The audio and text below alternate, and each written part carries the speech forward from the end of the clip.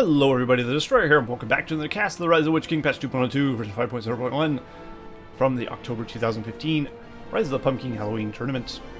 And of course, this is third place, the match for third place in the tournament. The two players that did not quite make it to the finals have to face off for third place here. And this is game 3 of that matchup. Of course, game 1 and 2 are on Phoenix's channel. Link in my description below. I'd recommend go watching those first, because I would do so. Makes sense, right? Okay, there you go.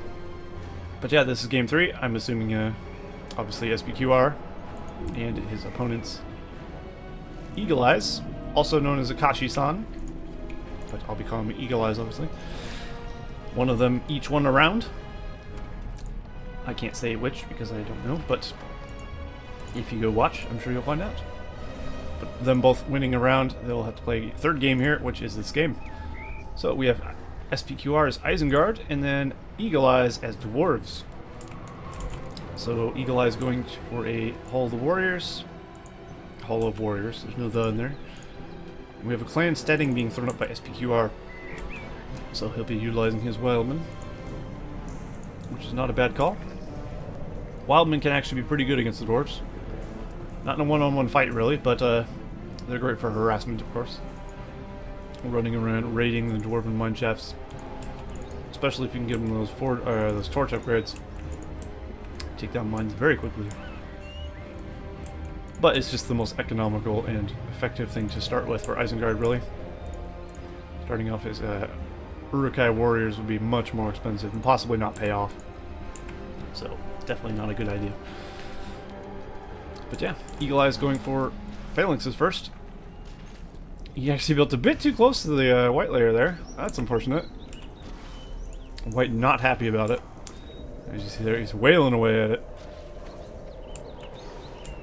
EagleEyes not going to send his guys out that mine shaft because they will be hit right in the face as they come out, and possibly all of them killed. I'm not sure if that white does AoE damage, but if he does, that would absolutely be brutal. His builder's also there as well. Possibly he's going to reposition that mine shaft. Oh, looks like we have a forward furnace from S.P.Q.R. building across the forward, right next to his opponent's base. So he's going to try and claim the south first, but it looks like EagleEyes is already here. And he'll begin moving out through the bottom into S.P.Q.R.'s base. There is also a mine shaft here. Wildman causing that to be crushed. This big white does not actually do anything, it's just for decoration. Cool nonetheless. Cool that it's there. Wonder how you would actually make this. Where did that big model come from? Unless you're able to blow up models that I'm not aware of. I don't know. We have a very forward mine shaft from EagleEyes in the top side of S.P.Q.R.'s base. That could be bad for S.P.Q.R. if he doesn't realize it's there. And of course he should be going for crossbows, yeah. Wildman crossbows, the standard Isengard thing for patch 2.02. Not sure if it's effective in 2.01 or not. Quite frankly, I don't play 2.01 nor care about it, but it's possible it could be the same. Who knows? It is a good strategy though, as you're basically spamming guys to stand in front while your crossbows do all the damage. That's the idea. Looks like EagleEyes sending more dwarves into the base. There's dwarves all over the base of S.P.Q.R. here, which is obviously not ideal for him. He's got some wildmen chasing down the dwarven builder here. Of course, he doesn't want to stop there and get killed. EagleEyes should get him out of there post haste. Save some lives. Wildmen are cowering in fear of this? Will they cower in fear of a white that's not really aggressive? That's an interesting thought. Looks like we have Cremain being used by S.P.Q.R. here. He's also up to 2 power points. He's at 292 of 400. And the dwarf player EagleEyes has rally call 1 power point, 120 of 450. So EagleEyes does have a better economy at the moment, but less troops on the field. As you would expect from a spam team to have more troops on the field, I would hope so. And it looks like he does find that top forward mine. He is able to get that out of his area. So S.P.Q.R doesn't have any immediate forward mines he has to worry about here. Looks like there's none actually in his side of the river, which is good for him. And we do have forward furnaces still for S.P.Q.R, so he is being very aggressive with the furnace play. And those will come to destroy the fortress of EagleEyes. Not really, but wouldn't that be something? A walking furnace. Out come the Dwarves of EagleEyes to try and defend his base here. And the Wildman attack, going for a raid. Looks like it is unsuccessful, and he will retreat. Guardians, of course, will easily cut through them. Well, looks like he managed to get in position behind that one. Although EagleEyes is demolishing that one. This has got to be a tough matchup for the Dwarves, I'd imagine. Isengard is very strong. The Wildman spam very difficult to deal with, and actually he's upgrading to Uruk-hai Swordsman now.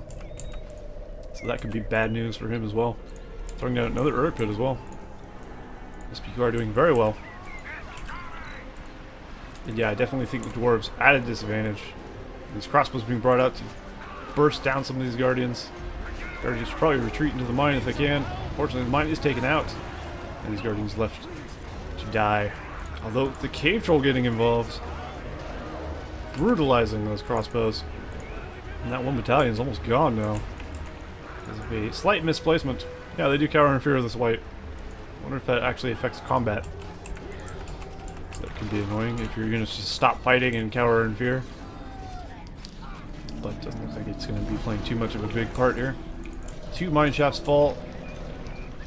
Even another building falls there. Or cancelled, rather. One of the two. These Wildmen have torch upgrades. And of course there is some Uruk-hai here. Both of them being war chanted. Dwarves are going to have a bit of an issue. He's getting a battle wagon though. If it gets out in time, it might be able to save the day. Coming out from an awkward angle, actually. That's a bit curious. And now EagleEyes does have a battle wagon on the field that should be able to clean up those Uruk-hai easily. They'll have no resistance against that. And will absolutely destroy them. Although Isengard still has an advantage here. He has much more map control, much more troops. He's even got a warg pit. So he could upgrade that, go for warg riders, or he could even build warg packs himself. Warg packs actually probably would not be a bad counter to the battle wagon. They should be able to catch up with it somewhat, at least more so than his other units, and help deal with that. But he can just get pikes and defend his army that way, which he has opted to do. Not a bad choice by any means. Let's take a look at his economy here. S.P.Q.R is at 625. He's also got war chant there.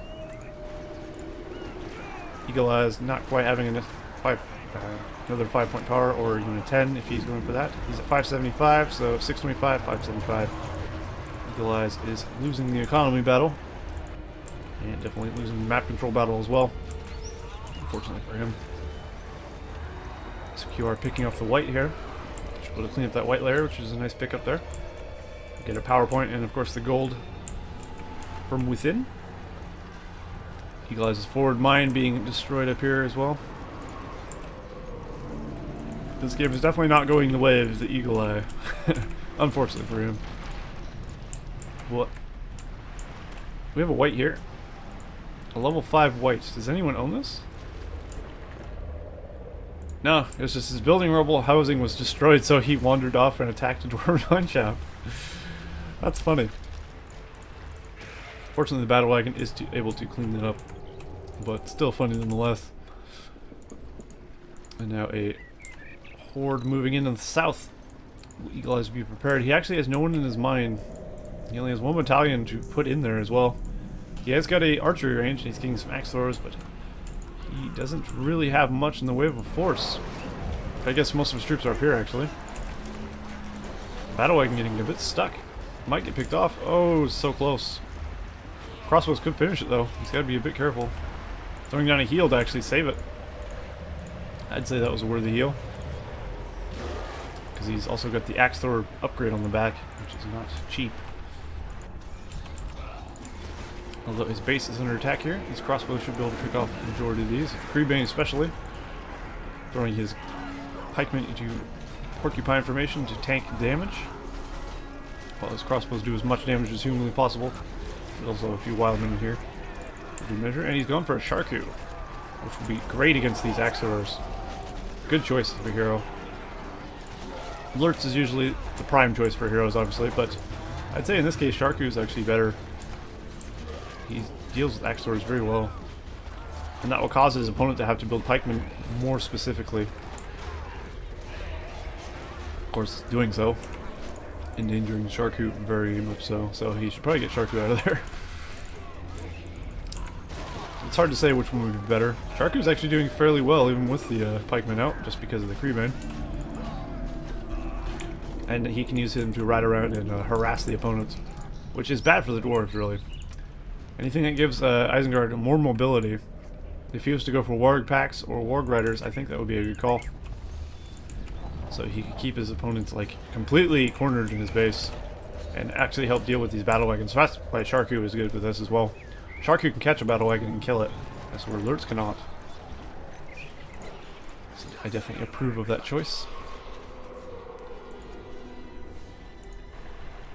Incoming a large force from S.P.Q.R.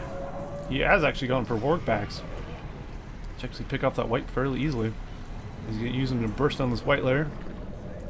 I say burst down, they don't do a ton of damage against structures there, but they will take it down eventually.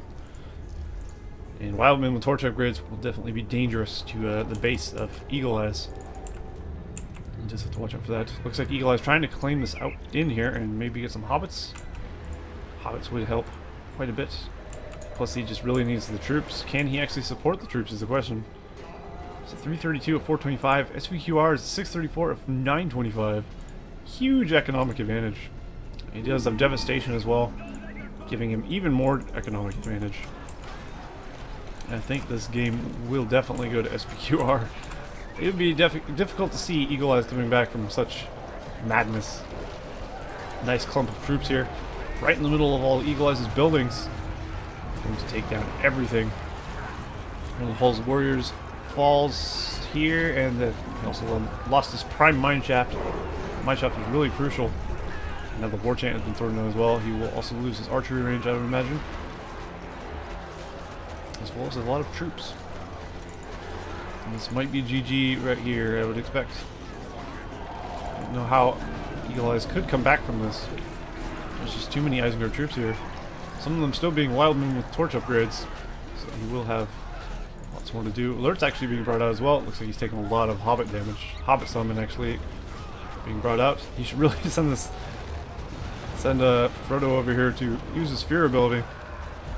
He needs to get this away from his base as soon as possible. He's not going to do it. This would be a prime time to use the vial. I guess he's just opting to have Frodo kill guys with his sword.